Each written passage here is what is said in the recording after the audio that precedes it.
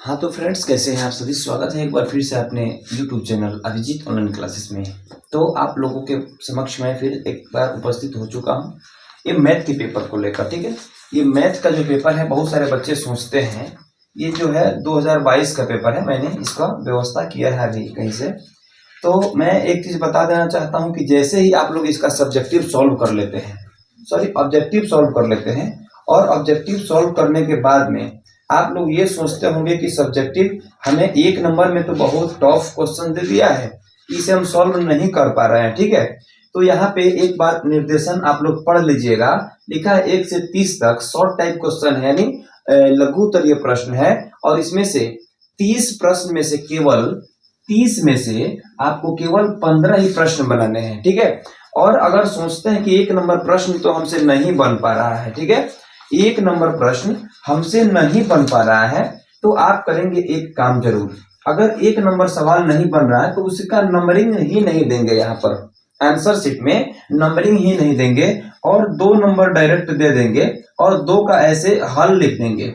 Math है ना, तो हल यहाँ पे लिख देंगे ऐसे, और हल लिख करके और आगे बढ़ जाएंगे, सवाल को बनाना शुरू कर देंगे बच्चों। ठीक है, उसके बाद अगर आप चाहते हैं कि हम सबसे पहले सब्जेक्टिव में लॉन्ग टाइप क्वेश्चन बनाएं या फिर शॉर्ट टाइप क्वेश्चन बनाएं, ठीक है, तो लॉन्ग टाइप क्वेश्चन जो है इसमें बहुत समय लगता है बनाने में। तो मैं चाहूंगा बच्चे, ये जो है ना 2 नंबर मार्क्स के जितने भी सवाल होते हैं, 2 नंबर मार्क्स के जितने भी सवाल होते हैं, ये स्कोरिंग मार्क्स होते हैं। ठीक है,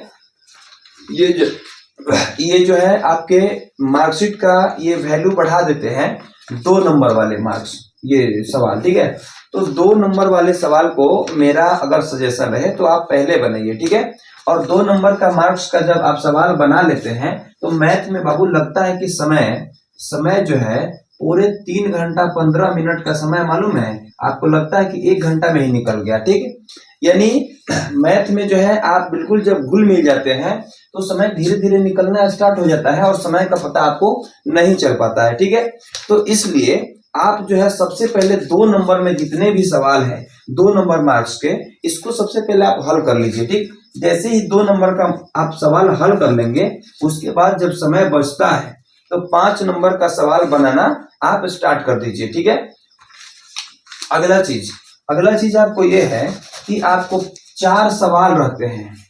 ये 4 सवाल दिया जाता है आपको बनाने के लिए सब्जेक्टिव में। ठीक है, 4 सवाल, लेकिन इसमें सवाल दिया रहता है कितना, यहाँ पे आप लोग देख सकते हैं, 1 2 3 4 5 6 सवाल दिया रहता है। ठीक है, और 6 सवाल में आपको केवल 4 सवाल ही हल करना पड़ता है।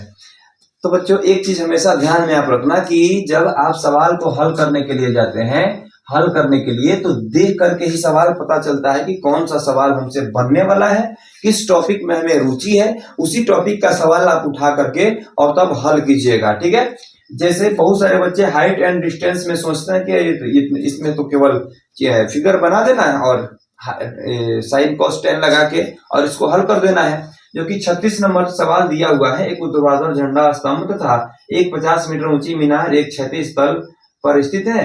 मीनार के शीर्ष स्तंभ तथा निचले सिरे के अवनमन कोण इतना और इतना है, तो झंडा के ये tan लगा देंगे, tan 30 ले लेंगे, एक बार tan 45 ले लेंगे, चित्र बना के ये जल्दी से हल हो जाएंगे। ठीक है, तो इसलिए सुटेबल सवाल को चुनना है पहले, जो 5 नंबर में सवाल दिया है। ठीक है, और इसमें से सवाल को चुनने के बाद ही अब तब सवाल का नंबरिंग देना है और यहाँ पे, और तब हल स्टार्ट कर देना है। ठीक है, तो 6 सवाल में से केवल 4 सवाल हल करना है।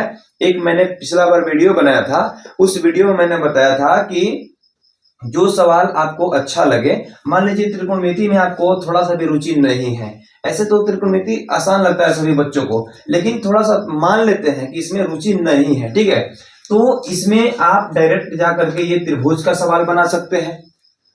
अकस्मात अगर त्रिभुज में आपकी रुचि नहीं है, ठीक है, तो डायरेक्ट आप जा करके ये त्रिकोणमिति का सवाल बना सकते हैं।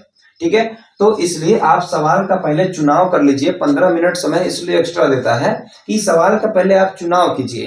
विशेषकर आपको ये 5 नंबर वाले सवाल में चुनाव करना है पहले कि हमें कौन सा सवाल बनाना है। ठीक है, उसके बाद ही उसका आप नंबरिंग दीजिए और नंबरिंग देने के बाद में धीरे धीरे सॉल्व करना स्टार्ट कीजिए। ठीक है, तो सवाल में ये माने नहीं रखता है कि ये नहीं बन रहा है, उसको लेकर के माथा पीट रहे हैं, और वो सवाल हम माथा पीटते पीटते मेरा बहुत सारा समय व्यर्थ हो जाता है। ठीक है, तो उससे अच्छा है कि ये सवाल को बिल्कुल छोड़ देते हैं, चलते हैं अगला सवाल बनाना शुरू करते हैं। आप पहले चाहे तो पहले 10 नंबर सवाल बनाने के बाद में फिर आप नीचे जो है ना 7 नंबर सवाल को बना सकते हैं, उसके बाद फिर 2 नंबर सवाल को बना सकते हैं, इसमें कोई प्रकार की दिक्कत नहीं है।